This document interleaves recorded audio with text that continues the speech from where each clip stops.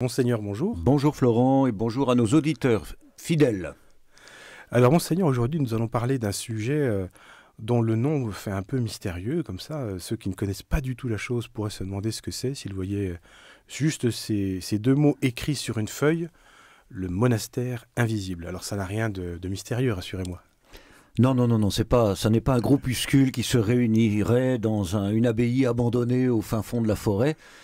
Il s'agit d'une réalité qui existe dans d'autres diocèses que celui de Châlons et qui est finalement un regroupement de personnes qui s'engagent à prier pour les vocations dans le diocèse.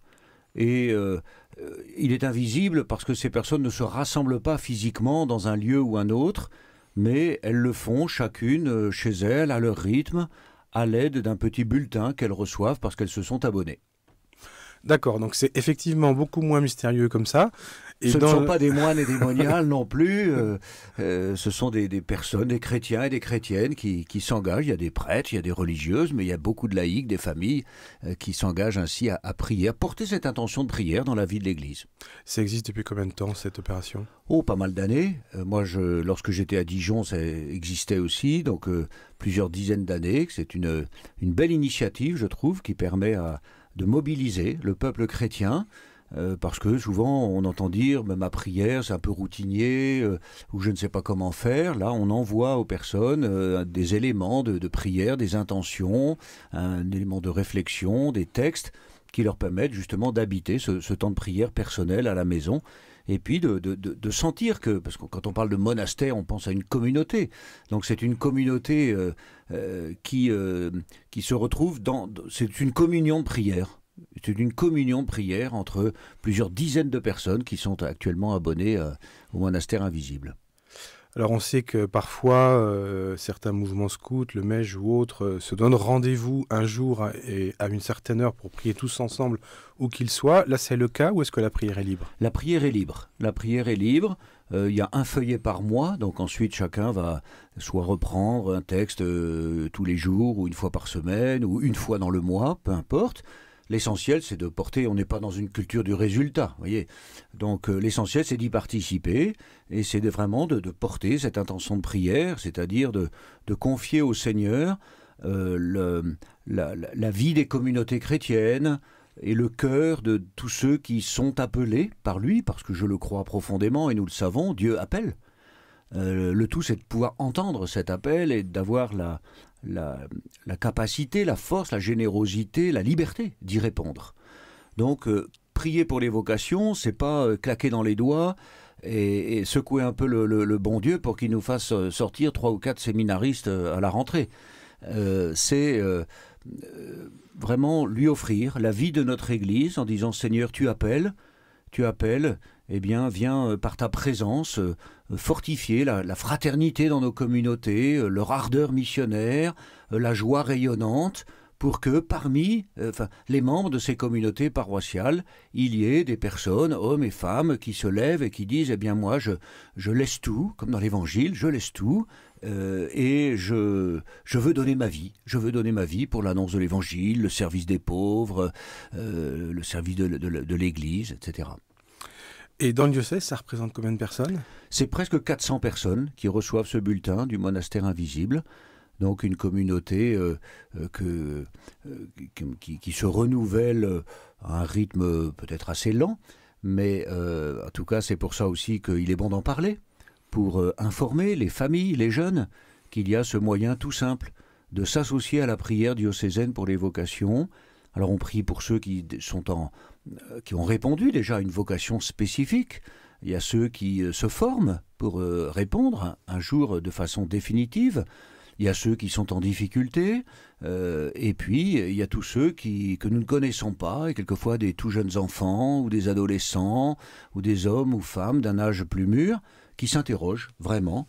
Et qui ressentent, qui expriment à leur accompagnateur spirituel ou au pasteur de leur paroisse leur interrogation intérieure, leur question intérieure, en disant est-ce que j'ai l'impression que je me sens attiré, appelé pour donner ma vie, par exemple, dans une mission au service de l'Église, au service des frères ou des sœurs.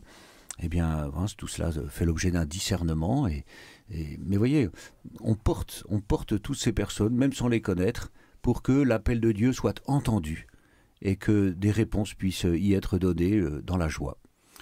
On les porte, mais sans les connaître, comme vous le dites, parce finalement, bon, on sait qu'il y a 2 séminaristes dans le diocèse, ça n'est pas un secret, mais alors pour le reste, c'est un peu l'angle mort. Si une jeune fille se pose la question de la vie consacrée, elle ira peut-être vraisemblablement dans une communauté ailleurs, parce qu'il n'y en a pas tant que ça qui appellent et qui sont ouvertes. Ou pareil pour les garçons qui seraient intéressés par des instituts missionnaires ou d'autres communautés. Bien sûr, parce que aujourd'hui en plus, les réseaux sociaux font que les jeunes sont au courant de beaucoup de choses, beaucoup de réalités. Ceux qui s'engagent un petit peu dans la vie de l'Église participent à des pèlerinages à Lourdes, des JMJ, etc. Donc ils sont en contact avec d'autres réalités ecclésiales que le diocèse. Et c'est très bien, ça ouvre le regard, ça ouvre le cœur, ça favorise la liberté.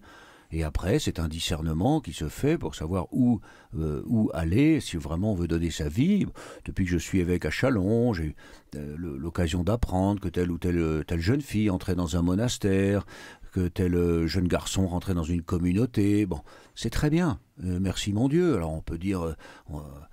encore une fois, on n'est pas dans un système de comparaison, de jalousie, de concurrence. Bien sûr, on espère qu'il y ait des engagements concrets, en plus de nos 2 séminaristes, Jean et Vendry, pour devenir prêtres dans notre diocèse, des vocations de diacre aussi. Nous avons 3 hommes en formation pour le diaconat permanent, des hommes ou des femmes pour la vie consacrée, etc. Bien sûr, Dieu appelle, nous ne sommes pas maîtres de cela, mais il est bon de prier, comme j'y ai aussi invité toutes les communautés paroissiales depuis 2018, hein, ça fait maintenant 4 ans et demi, de façon régulière au début de chaque mois. Alors, toutes les communautés participent-elles à cette prière? Est-ce que vous avez des retours, des échos? Alors, j'ai des échos en certains lieux, parce que lorsque je suis présent le premier dimanche du mois, effectivement, il y a une intention de prière pour les vocations, ou alors on dit ensemble la prière pour les vocations que j'avais écrite et que j'ai proposée au diocèse. Il semble réaliste de dire qu'en certains lieux, cette prière pour les vocations n'est pas régulière, ou qu'elle est tombée un petit peu dans les sables, ou perdue dans les nuages, je ne sais pas. Et donc, il est bon que je relance cet appel, et que je redise à toutes nos communautés chrétiennes, les prêtres en paroisse bien sûr, les diacres, les équipes pastorales de conduite, n'oubliez pas cette prière pour les vocations. Il ne s'agit pas d'attendre un miracle, encore une fois, et des statistiques. Il s'agit simplement de cultiver en nous ce désir, cette ouverture du cœur pour entendre l'appel de Dieu et faire de nos communautés des communautés qui engendrent des vocations. Parce que c'est là tout le problème. Et une famille qui ne transmet pas la vie, c'est une famille qui s'éteint dans un arbre généalogique. Mais une communauté paroissiale d'où il sort jamais de vocation, il faut qu'elle s'interroge sur sa vitalité, sur sa fraternité, sur son rayonnement missionnaire. On ne va pas mettre des notes bonnes ou mauvaises, mais je pense que c'est toujours une interrogation, et je le fais pour le diocèse. Un diocèse dans lequel il y a si peu de vocations spécifiques qui semblent émerger, pourtant il y en a quand même, eh bien, pas forcément pour rester là en mission dans la Marne, mais donc nous devons nous interroger.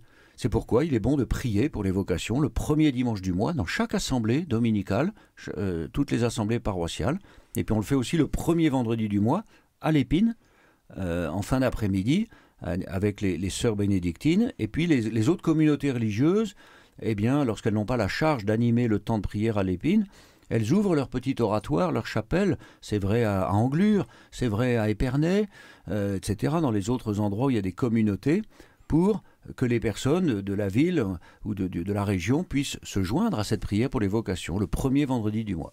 Ça, j'avoue, je ne le savais pas, et peut-être nos auditeurs non plus. C'est un petit peu nouveau cette année. On a essayé de ne pas réserver ce temps de prière à l'Épine seulement, mais que pendant qu'il est vécu à l'Épine, autour d'une communauté qui prend en charge l'animation, les autres chapelles, enfin les autres communautés religieuses ouvrent leurs chapelles pour accueillir 3, 4, 10 personnes qui vont prier pour les vocations localement. C'est très beau, ça fait encore une sorte de monastère invisible là pour le coup.